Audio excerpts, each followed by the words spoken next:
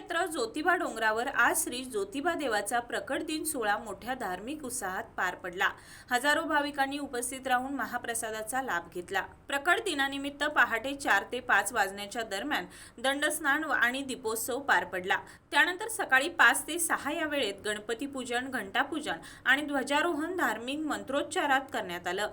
सकाळी 6:33 केदारनाथ प्रकट दिन सोहळा संपन्न झाला। यावेळी सुंटवडा वाटप आणि आतिषबाजी करण्यात आली।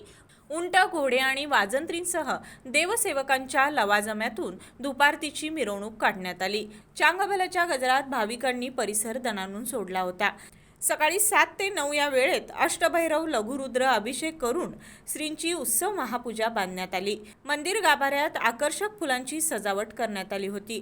सकाळी 9 ते 12 या वेळेत केदार विश्वशांती यज्ञ पार पडलं। दुपारी 12:30 वाजता मुख्य पुजाऱ्यांच्या हस्ते पूर्णाहुती करण्यात आली। दुपारी 1 वाजता महाप्रसादाची शोभायात्रा निघाली।